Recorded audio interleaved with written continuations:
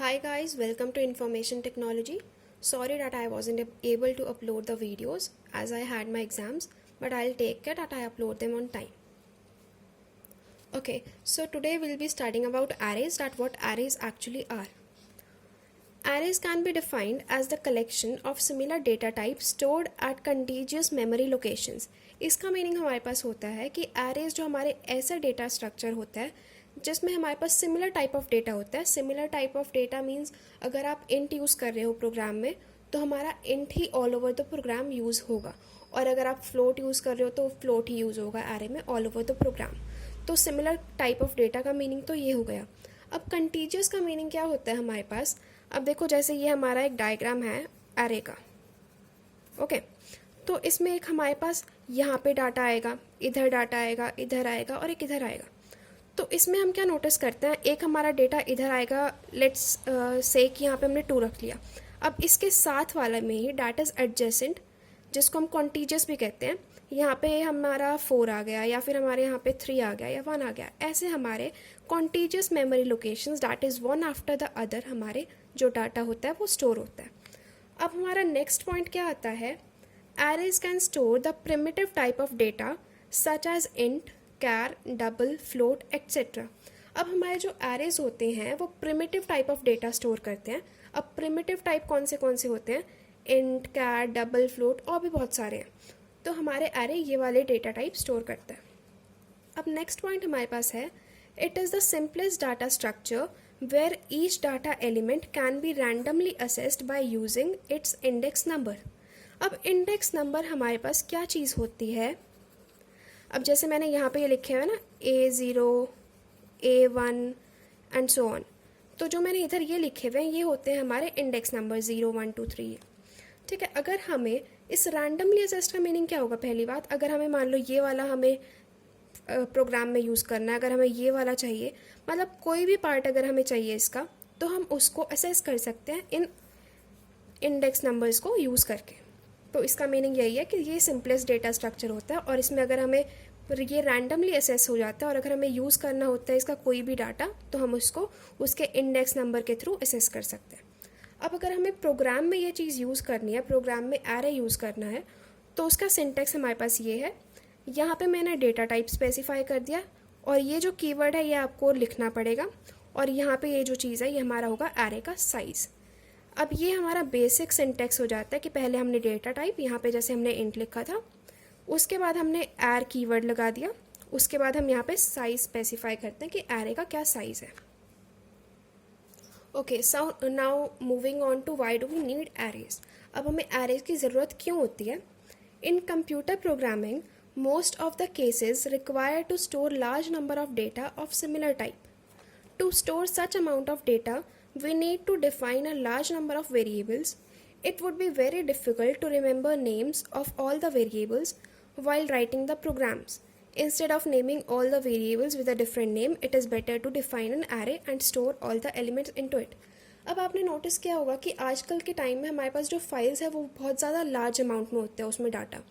तो और उसमें अगर हमें प्रोग्राम लिखना है तो हमें बहुत सारे वेरिएबल्स की ज़रूरत होगी. तो उस चीज़ को, बहुत सारे वेरिएबल्स को यूज़ करने को अवॉइड करने के लिए हम लोग एरेज यूज़ करते हैं, क्योंकि एरे में आपको सिंपल एक साइज़ डिफ़ाइन करना है और हमें उसका टाइप, डाटा टाइप डिफ़ाइन करना है. तो उसी में हमें बहुत सारे वेरिएबल्स की भी ज़रूरत नहीं पड़ेगी, तो उससे हमारा टाइम भी सेव होगा. तो इसलिए हम लोग एरेज यूज़ करते हैं ताकि हमारा कि सिमिलर टाइप ऑफ डेटा वो एक ही टाइम में यूज़ हो सके और हमें मल्टीपल वेरिएबल्स की मल्टीपल वेरिएबल्स यूज़ ना करने पड़े. तो अब हमारे पास आती है properties of arrays. What are the properties of arrays. Elements can be randomly accessed as the address of each element can be calculated using the given base address and the size of data element. इसका जैसे हमने पहले भी पढ़ा था कि हम लोग एरे के डाटा को रैंडमली असेस कर सकते हैं, मतलब कोई भी हम यूज़ कर सकते हैं, बीच में से कोई भी डाटा हम यूज़ कर सकते हैं. तो हम कैसे, जैसे मैंने आपको उसमें भी बताया था कि हम इंडेक्स नंबर के थ्रू हम असेस कर सकते हैं कि जैसे A0 है या A1 है, तो हम उसका इंडेक्स नंबर स्पेसिफाई करके हम उसके एड्रेस को यूज़ कर सकते हैं.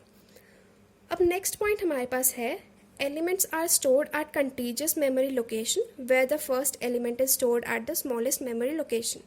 अब कॉन्टीजियस का आपको पता है कि एडजेसेंट बताया था मैंने कि मतलब एक के बाद एक, तो हमारे जो एलिमेंट्स मतलब एरे में जो हमारे एलिमेंट स्टोर होते हैं वो एक के बाद एक स्टोर होते हैं, मतलब कॉन्टीजियस मेमोरी लोकेशन में। और इसमें अगर हमारा जो फर्स्ट जो स्मॉलेस्ट मेमोरी होगी उसमें हमारा फर्स्ट एलिमेंट स्टोर होगा।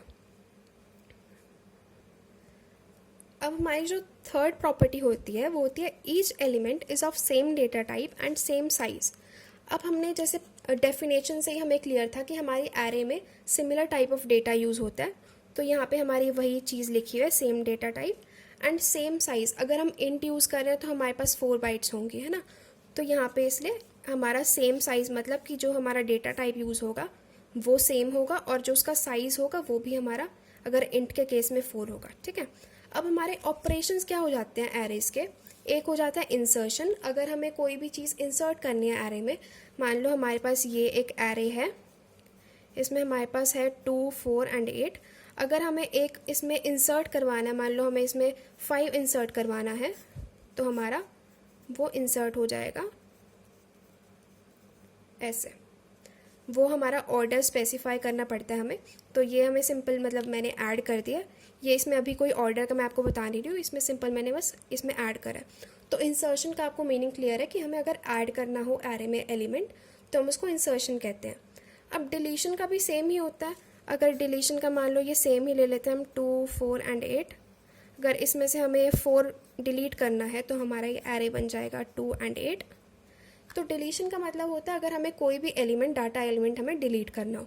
अब ट्रैवर्सिंग क्या होता है, ट्रैवर्सिंग हमारे पास होता है हम accessing and processing each data entry at least once. मतलब कि हमारा जैसे यही हमारा एरे है, तो हमारा क्या होता है पहले हम इसको देखेंगे, उसके बाद इसको देखेंगे, उसके बाद इसको देखेंगे, और इन पे कोई ना कोई ऑपरेशन होगा हमारा, उसको हम कहते हैं ट्रैवर्सिंग। कि पहले वो असेस हो रहा है हर एक एलिमेंट और उसके बाद उन पे कोई ऑपरेशन परफॉर्म हो रहा है। अब सर्चिंग का तो आपको नाम से ही क्लियर है कि अगर हमें कोई भी एलिमेंट सर्च करना है, मतलब इसमें 2, 4, 5, 8 में अगर हमें 4 सर्च करना है तो हम पहले इसको देखेंगे, उसके बाद इसको, तो हमें मिल गया है 4 एलिमेंट हमें मिल गया। तो सर्चिंग होता है हमें फाइंड करना कोई पर्टिकुलर लोकेशन एक एलिमेंट की। अब इसमें एरेज में आपको जो चीज़ इम्पॉर्टेंट है, जो चीज़ आपको याद रखनी है वो क्या क्या है, आप टोटल नंबर ऑफ़ एलिमेंट्स निकाल सकते हो इस फॉर्मूला से।